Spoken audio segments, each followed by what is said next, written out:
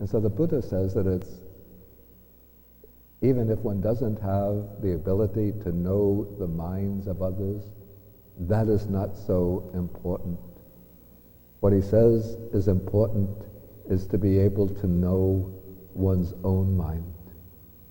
And he uses the simile of a young person, a man or a woman, who is fond of ornaments, and so they like to dress up in fancy clothes and to put on ornaments, and then they look at the reflection of their own face in a mirror.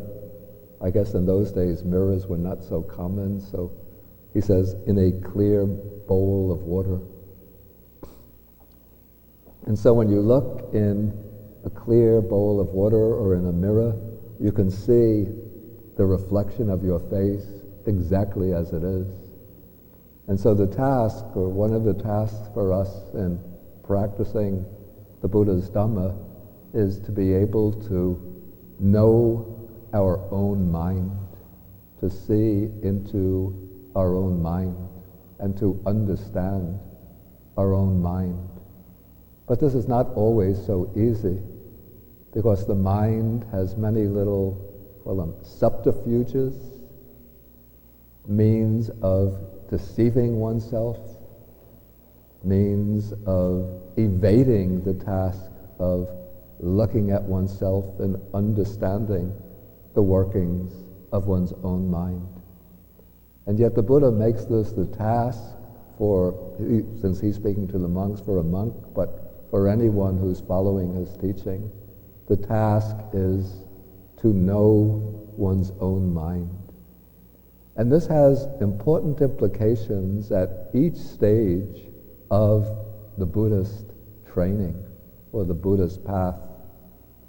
As you may know, if you've been acquainted with the Dhamma for some time, the Buddha often arranges his teaching or the practice of his teaching into 3 stages, which are called the stages of Sila, or moral discipline, good conduct, the stage of Samadhi, concentration or purification of the mind, and the stage of Pañña, the stage of wisdom or insight.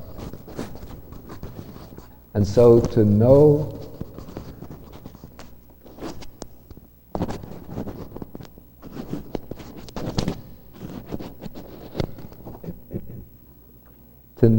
one's own mind is important at each of these stages.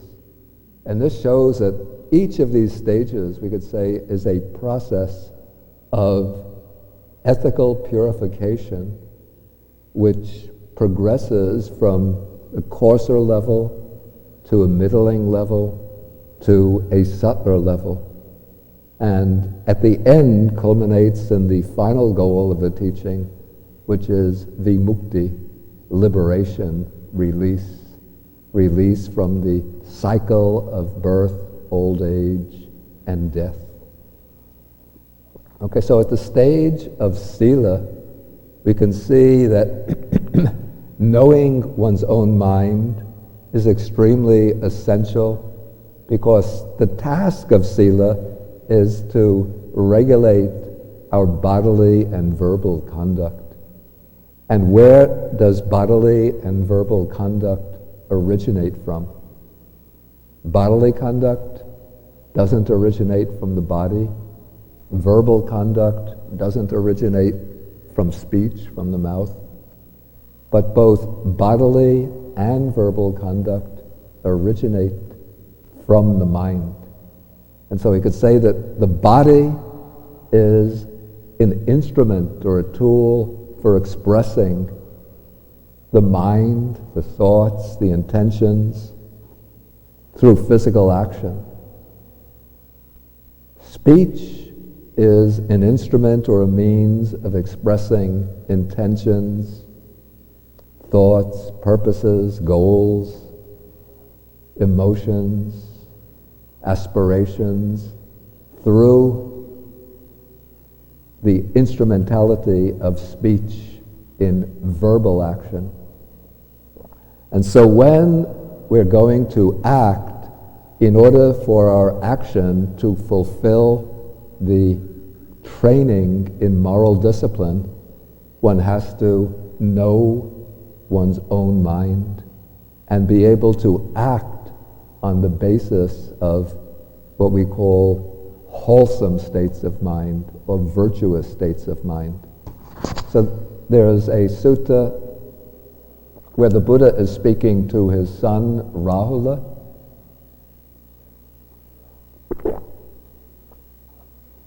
And at this time, Rahula is just 8 years old. He's just a newly ordained novice. And so, little boys, even if they're ordained as novice monks, they're still disposed to mischievous behavior. And so it seems the Buddha was being a little harsh on Rahula. Especially in the earlier part of the sutta, he gave him a rather sharp lecture on speaking lies. But the Buddha then continues the discourse and he says, first he asked Rahula, what is the purpose of a mirror? And then Rahula says, the purpose of the mirror is to examine oneself. And so then the Buddha says, in the same way, whenever you are going to perform any action, whether by body, speech, or thought, you should reflect upon your own mind and consider this action that I'm going to perform by body, speech, or mind, is it unwholesome or wholesome? And to determine whether it's unwholesome or wholesome, one has to inquire. The Buddha goes on to explain, one has to inquire, is this action going to lead to the harm for oneself, to the harm of others, or to the harm of both? And it's interesting here that, sometimes we think that the ideal in behavior is always to act just for the good of others. But here the Buddha says that one should consider whether the action is going to lead to harm or good for oneself. And by good for oneself, he's not speaking about, is this action going to make you rich, famous, well-liked, popular, since he's a monk, highly venerated by others, but rather he means, is this action going to lead to your real spiritual well-being, or is it going to lead to your harm? And so the Buddha explains this by way of bodily action, verbal action, and even thoughts. If you're indulging in certain thoughts, are these thoughts leading to my own harm, to the harm of others, to the harm of both? If one knows that's the case, the Buddha says, then you should refrain from that bodily action, from that speech, from those thoughts. But if you know that those actions, bodily actions, speech, thoughts, are going to lead to the good of yourself, the good of others, then you can engage in them. And so we could see that knowing one's own mind already has, we call it the pivotal role in transforming one's Sila, one's conduct. So we could see that, people who are, thieves, murderers, habitual liars, or who just impulsively give way to harsh and coarse behavior, the reason why they're engaging in such conduct is because they don't have what I would call a moral check on their mind. Of course, if somebody is going to rob a bank, they know. You ask them, what is your state of mind? Oh, I'm thinking to rob a bank. So you can't say that they don't know their own state of mind, but they're not sort of scanning their mind from the perspective of transforming the mind. Whereas what the Buddha is aiming at is the transformation of the mind. And the transformation of the mind has to begin even at the level of one's outward conduct, whether through body or through speech. So somebody, might be thinking, okay, I'm going to be a great meditator, but, if at work, if nobody is looking, he might be taking, stacks of, we used to call them typing paper, now they call them photocopy paper, maybe putting it into his handbag, or stealing other little things. So if one is behaving in that way, even if you're sitting 3 or 4 hours in meditation a day, but you don't have the foundation, because at the time that you're stealing the goods from the company, then you have unwholesome state of mind, and that is sort of undermining and corrupting one's practice. Okay, so one starts by knowing one's state of mind as a way of regulating Sila, or ethical behavior. Then one moves on to the practice of meditation. And so the task, what becomes sort of the task of meditation, at least the first task, is to clearly and directly know one's mind, to be able to continuously know one's state of mind. Because what happens in meditation is we usually start with a very simple object, something which is, let's say, that's plain and unadorned, something like the breath, or the rise and fall of the abdomen, or just sensations in the body. And one's task, the initial task, is just to keep the mind focused on that very simple object, and to be able to sustain the attention on that object. But what happens when one is trying to sustain the attention on an object? What happens?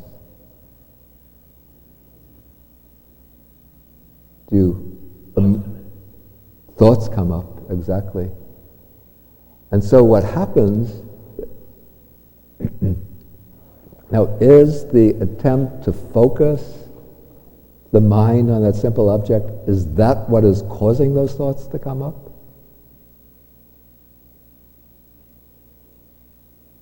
What do you think? The mind does. Exactly. But some people think, wow, before I started to try to practice meditation, I didn't have so many thoughts. But now, I'm sitting here and I have a very simple task: keep the mind on the breath, keep the mind on the abdomen, keep the mind on the sensations. And what's going on? It's stirring up all of these thoughts. But actually, what's happening all the time in our ordinary life is that those thoughts are running through the mind. But because we don't have a light to shine on the mind, we're not aware of those thoughts. Those thoughts just arise and they control us and govern us, and we act impulsively. We do this, we do that. Just like a puppet that's controlled by the puppet master, who pulls one string and the arm goes up, who pulls another string and the leg comes up. And so these thoughts are constantly controlling us, and just like the puppet isn't aware of the puppet master, we're not aware of these thoughts constantly arising and controlling us. My first Buddhist teacher, when I complained about this to him, I thought the meditation is causing all the thoughts to come up. He used a very insightful or helpful simile. He said that it's like you have a room with all of the shades have been shut, and nobody has been using this room, for months. And then suddenly you come into the room, when you go into the room and there's just the dim light coming through the shades, everything seems in order.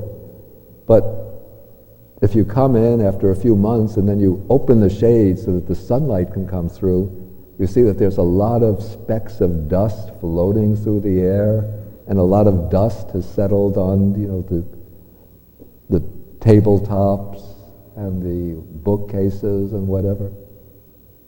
which reminds me I have to get somebody to clean my bookcases next week.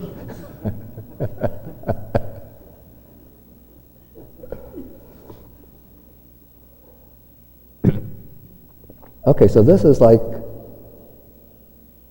what's happening with the meditation when one is trying to settle the mind upon a single object. The mind keeps on deviating from the object. We get lost in what we call distracted thoughts. And these distracted thoughts are the kinds of thoughts which are constantly popping up and just vanishing in our minds. But because in our day-to-day life, especially before we start a practice of meditation, we're not making any attempt to observe the mind, we don't realize these thoughts are coming. And so the first sign of progress in meditation is that one becomes aware of the multiplicity and the diversity of the thoughts that run through the mind.